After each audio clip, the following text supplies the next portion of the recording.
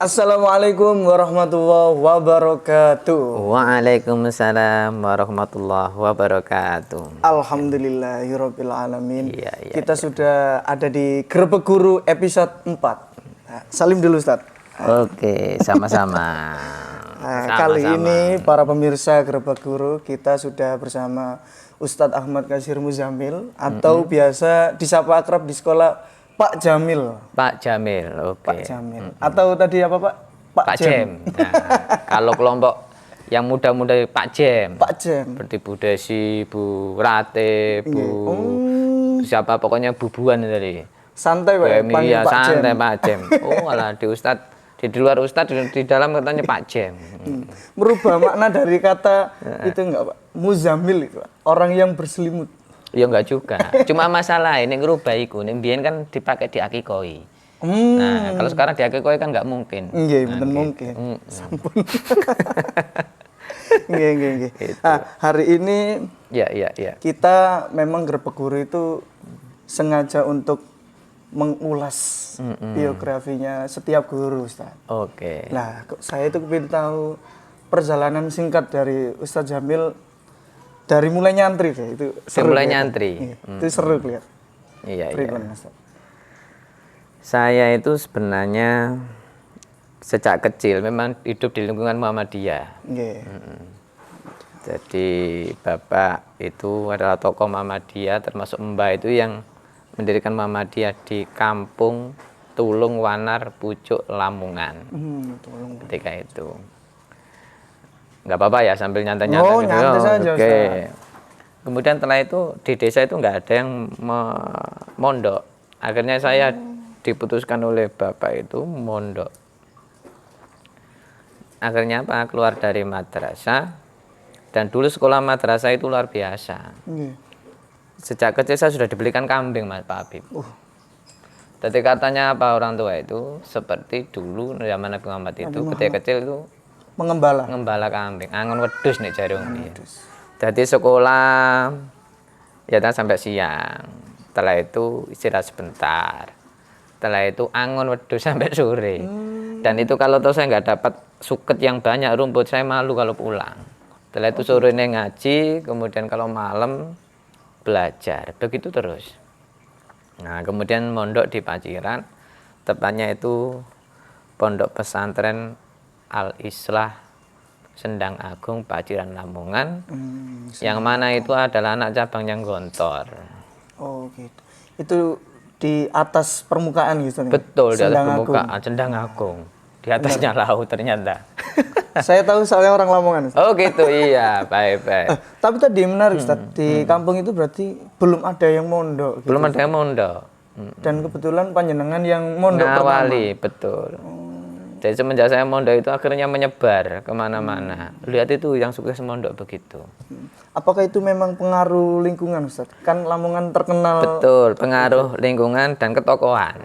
Oh. Dan itu tidak bisa dipungkiri. Begitu. Akhirnya mondok 6 tahun yang memang menggeluti bahasa Arab, bahasa Inggris. Mengerti bahasa. Nah, jadi 6 tahun. Ya mondoknya dulu beda dengan sekarang. Sekarang itu pondoknya ya anaknya Bu Muplika sekarang ada di sana. Oh, Dan di sana. banyak sekarang orang-orang sepanjang sini yang sekolah di sana juga banyak. Sekarang sudah enak Pak Habib. Saya dulu Masya Allah luar biasa itu. Ya kebanjiran. Mandi itu air peceren, sama air peceren disuling. Beberapa sulingan di filter itu. Padahal di atas Ustaz. Di atas Sendang Agung tapi kalau banyu. Luar biasa. Setelah itu sudah ada air sampai sekarang. Selama 6 tahun mondok. Selama 6 tahun. 6 tahun. Pasti ada cerita menarik Ustaz. Di kala mencari ilmu itu. Gitu ya. Menjadi santri ada nggak Ustaz? Ada. Begini Pak Habib ya. Jadi ya saya ini kan lemah di eksak. Oh, lemah di eksak. Pokoknya hitungan itu nggak pernah. Hebatnya apa? Setiap guru yang mengajari saya itu 6 tahun saya tidak pernah ditunjuk mengerjakan di depan. Matematika, fisika, biokimia, kemudian ekonomi dan sebagainya nggak pernah di. Karena apa? Mereka tahu bahwa sedikit banyak saya ini adalah mungkin spesialis Dan satu kelas itu saya kebetulan diajar oleh mudirnya pondok. Mudir pondok itu ya pengasuh pondoknya sendiri. Jadi kalau teman-teman satu kelas itu kalau sudah nggak bisa, kul masyita, nah, kul masamita, katakan apa yang kamu dengar, itu semuanya kadang-kadang teman-teman kalau sudah ditanyai nggak bisa, itu larinya ke saya. Jadi Pak Yai itu sampai begitu. Jadi ya karena, tapi saya harus punya spesialis keilmuan, saya bilang begitu. Iya. Artinya walaupun saya tidak bisa eksak, nahwu shorof saya dalami. Nahwu shorof. Nahwu shorof saya dalami. Sehingga itu ilmu alat untuk mempelajari bahasa Arab sehingga bisa memahamkan terhadap tafsir Al-Qur'an. Dan kebetulan yang ngajar saya itu ya luar biasa. Mudir Prof. Kiai Haji Dawam Saleh itu dan Dr. Andes Kiai Haji Agus Salim, mereka orang pintar-pintar. Begitu Pak. Artinya apa? Sekian banyak guru itu ngerti kalau saya ini memang tidak bisa dari segi eksak. Dari eksaknya. Tapi mereka tahu kelebihan saya dari segi Non eksak. non eksak. Begitu.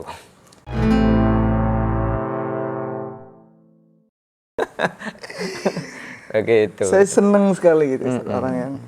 Lah, tapi saya ingin tanya Ustaz, tipsnya. Monggo. Nah, sebagai pendidik itu kan biasanya kita itu kalau mengajar itu terkadang hanya fokus pada keilmuannya. Nah, berhubung Ustadz Jamil ini kan mondok selama 6 tahun, pasti banyak sekali pendidikan akhlak yang mungkin bisa disalurkan ke saya. Betul, untuk bisa dipelajari murid-murid. Iki sing yang dasar apa yang betul-betul itkan itu yang betul-betul nancap gitu. Yang dasar sampai nancap. Wah, ini luar biasa ini. Rakus. Jadi begini Pak Habib. Jadi di Pondok Ali Salah itu karena ruhnya itu ikut gontor. Di gontor jenengan pasti tahu ya istilah manjada wajada. Gitu kan ya. Itu sampai ada filmnya manjada wajada. Siapa yang bersungguh-sungguh pasti dia akan dapat. Nah, sehingga falsafah gontor itu yang pondok terkenal Darussalam itu mengilhami semua pondok dalam konteks alumninya yang membuat pondok seperti Al-Fatah Budura itu. Nah, sehingga di pondok itu materi itu penting, al-madatu muhimmah. Materi itu penting. Nah, tetapi at-tariq ahammu minal mada. Metode cara menyampaikan itu lebih penting daripada materi. Metodenya Ustaz. Metodenya Pak Habib. Nomor 1. Itu belum juga ternyata. Belum juga, ada lagi. Ada lagi. Ruhul muallim, ruhul murabbi, ruhul mudarris, ruhul ustad, al-asatid. Ruhnya para pendidik, para guru itu yang lebih penting ternyata. Ternyata ya bukan materi, ternyata bukan cara, metode, tetapi adalah ruhnya tadi. Lah sehingga Profesor Dr. Din Samsudin, salah satu tokoh pimpinan Muhammadiyah yang sudah marah bentang kemana-mana itu, maka dia mendefinisikan Pak Habib dalam memahamkan guru itu, ya kan? Jadilah transfer of knowledge, bahasanya di Inggrisnya kan begitu kan ya. Itu adalah muallim. Muallim itu ya transfer knowledge. Yaitu pengajar mentransfer keilmuan. Nah, itu tadi, tetapi ternyata ruhnya yang penting ternyata. Nah, ilmu itu bagi pengajar, jadilah yang kedua adalah murabbi, mendidik. Mendidik itu aspek batin rohaninya. Kalau sudah ilmunya sudah, ya kan, murabbinya, ruhnya sudah, menimbulkan apa namanya? Adab, akhlak. Sehingga muncul namanya muadib. Muadib itu pencetak akhlak, adab, akhlakul karimah, sopasatun, moral, beretika itu tadi. Sehingga di ayatnya jelas Al-Ahzab ayat 21 itu. Laqad kana lakum fi Rasulillah uswatun hasanah liman kana yarjullah wal yaumal akhir wa dzakarallaha katsira. Ternyata ada uswah hasanah Pak Habib. Ternyata ngei contoh. Nah, ini ngei contoh. Termasuk hubungannya sama ruhul muallim tadi. Nah, itu nanti melahirkan akhlak itu tadi. Itu yang berat Pak Habib. Kalau menyampaikan ilmu tok gampang. Contoh yang susah karena timbul dari hati. Itu Pak. Itu berarti ada hubungannya sama manfaatnya ilmu murid Ustaz ya? Betul. Makanya jenengan kalau ada semerap barokahnya Pak Yai, barokahnya guru, ya kan? Ya karena itu tadi keikhlasan gurunya dalam mendidik. Sehingga membawa barokah. Barokah itu sehingga nek waya kondangan Pak berkat. Berkat. Tadi gak oleh berkat, gak mulai. Berkatin dilik begitu kan gitu. Itu berkat. Nah, berkat itu sebenarnya dari bahasa Arab. Az-ziyadah fil khair namanya. Bertambahnya suatu kebaikan. Mulane akhirnya wong kondangan, wong kendurenan nek nggo berkat ku mesti ini apik-apik tok. Begitu. Gitu Pak Habib. Termasuk saya punya kisah menarik itu, ada guru yang selalu mendoakan muridnya setiap malam. Itu mungkin sudah kewajiban Ustaz sebagai guru. Kewajiban. Karena apa? Ruhnya biar nyambung. Saya sama jenengan. Guru murid contohnya begitu. Biar nyambung. Seperti bapak dengan anak. Lihat itu surat Al-Isra ayat 23. Faqadha rabbuka alla ta'budu illa iyyahu wa bil walidaini ihsana. Jadi ibaratnya adalah setelah perintahnya Allah menyembah kepada Allah, bertauhid itu, yang kedua berbakti kepada kedua orang tua. Nah, orang tua, guru itu adalah gantinya orang tua ketika di sekolah.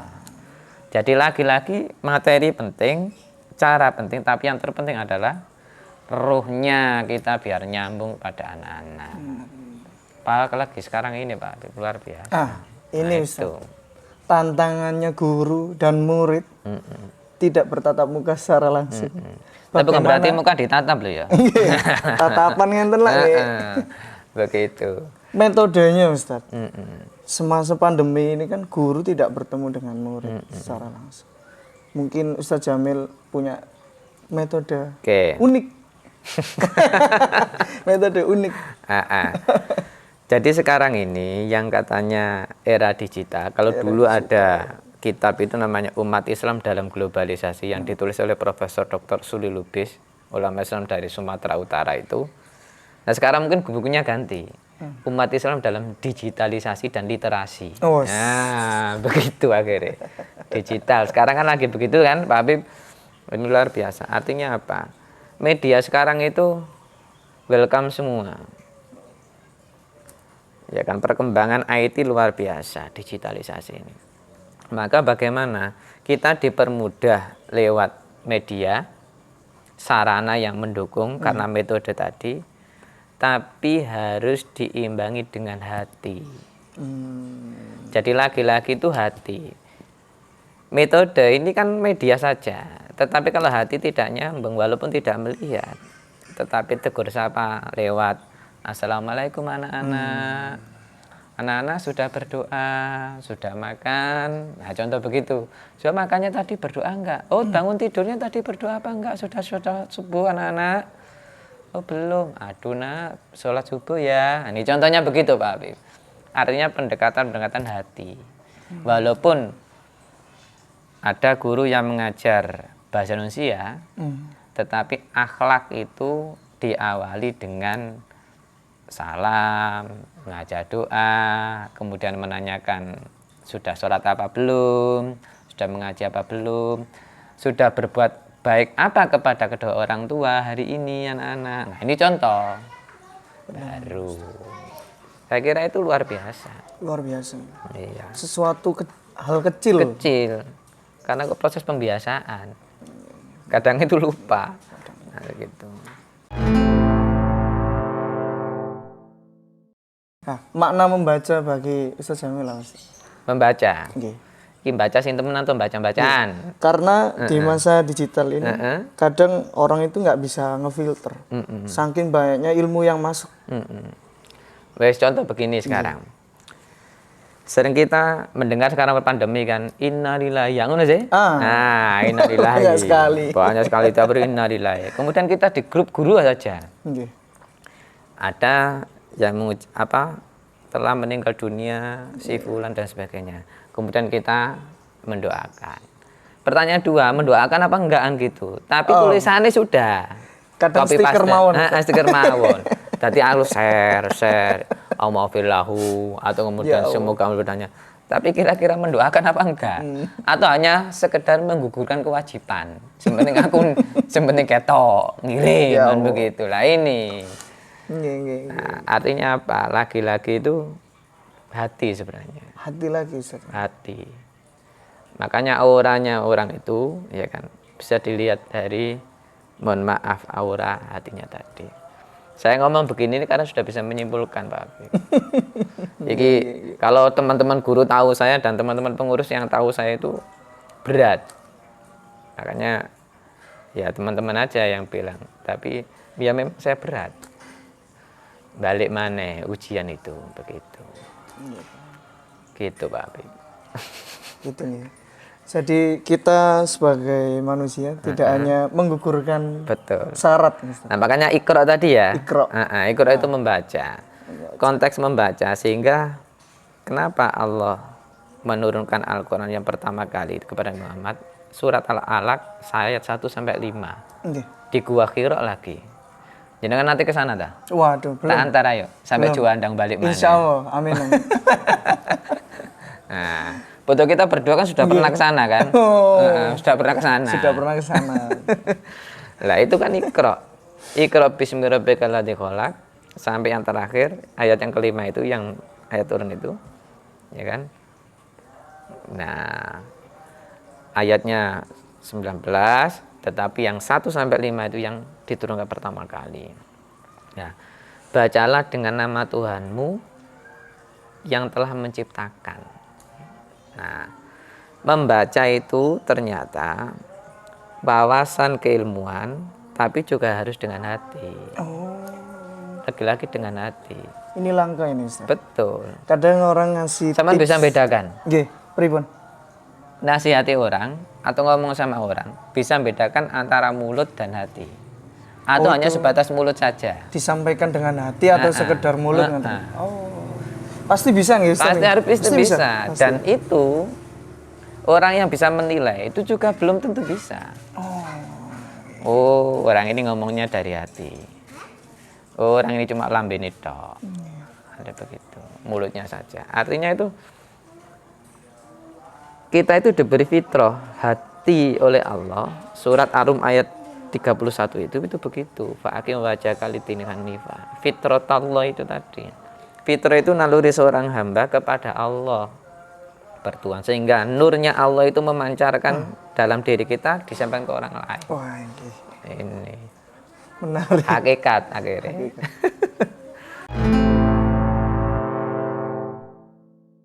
Orang ngomong sabar itu enak. Ternyata kalau sudah Allah memberikan hambanya tadi, pasti Allah ada maksud yang terbaik. Nah, apa artinya? Allah berarti sayang. Nah, orang sayang itu pasti diuji. Contoh, kita dengan anak-anak, Pak. Kita mau beri nilai bagus, berarti kan lewat ujian dulu semester 1, semester 2, setelah itu langsung naik kelas. Nah, itu berarti apa? Kita ngasih nilai baik itu karena ujian. Itu. Berarti Allah juga sayang pada kita bagi hambanya yang diuji. Sebenarnya kalau terkena musibah berarti alhamdulillah. Mestinya gitu. Makanya kalimat istirjanya kan innalillahi wa inna ilaihi rajiun. Kita itu disayang Allah. Pertanyaannya bagaimana orang nggak pernah diuji? Nah, tapi sebenarnya hidup itu sebenarnya ujian. Sebenarnya ujian. Mendapat nikmat pun betul, ujian. Nah, ganteng seperti Pak Apip ini ujian juga. Berapa cewek yang ditolak itu kan? Nah, mendolimi orang sama kan? Itu Pak Apip. Saya banyak pelajaran yang bisa kita ambil dari Ustadz Jamil. Iya. Kita doakan bersama semoga Ustadz Jamil selalu sehat, Amin ya rabbal alamin. selalu bisa terus memberikan ilmunya di sekolah atau Insya Allah, dimanapun. insya Allah. Insya Allah. Saya juga ingin terus sering tanya terus. Enggak. Bangsa apa Ustadz yang sering tanya? Israel. Ada Israel. Israel itu tanyanya tapi untuk mengadili dalam konteks nguliti sing elek-elek. Kalau tanya tentang keagamaan, Konstruktif istilahnya, membangun untuk berkemajuan. Maka istilah Muhammadiyah itu istilah tajdid itu apa? Pembaruan untuk maju. Bahasanya apa? Visioner. visioner. Itu boleh Ustadz ya, kalau boleh, tanya itu gitu. harus begitu. Kadang kan anak teman-teman saya takut kok Israel. Oleh Israel. Nah di Al-Quran begitu surat Al-Baqarah. Nggih. Karena Israel tanyanya itu apa? Untuk ngece. Ngetes. Ngetes. Banyak itu Ustadz. Betul. Nah Bertanya itu tadi. untuk ngetes. Betul. Artinya apa? Itu hanya sekedar mulut atau dengan hati. Nah itu harus kita bisa bedakan. Bisa nggak Pak kayak gitu bedakan? Bismillah belajar. Bismillah. Lah itu harus kita asah hati kita. Pertemuan hari ini barokah Ustaz. Amin. Ziyadatul khair. Ziyadatul khair. Tapi gak ono berkati. Oh, ada Ustaz. Ilmu ini berkat sekali. Dan tadi sama Ustaz Jamil keluarga ini dijamu Masya Allah. Jajan banyak. Iya. Tadi juga makan rawon. Mumpung ada. Alhamdulillah. Dan alhamdulillah kebetulan istri ini pandai masak. Oh, pandai masak. Gimana Ustaz? Saya tutup. Oke, monggo, makasih. Kami akhiri. Wassalamualaikum warahmatullahi wabarakatuh. Waalaikumsalam warahmatullahi wabarakatuh.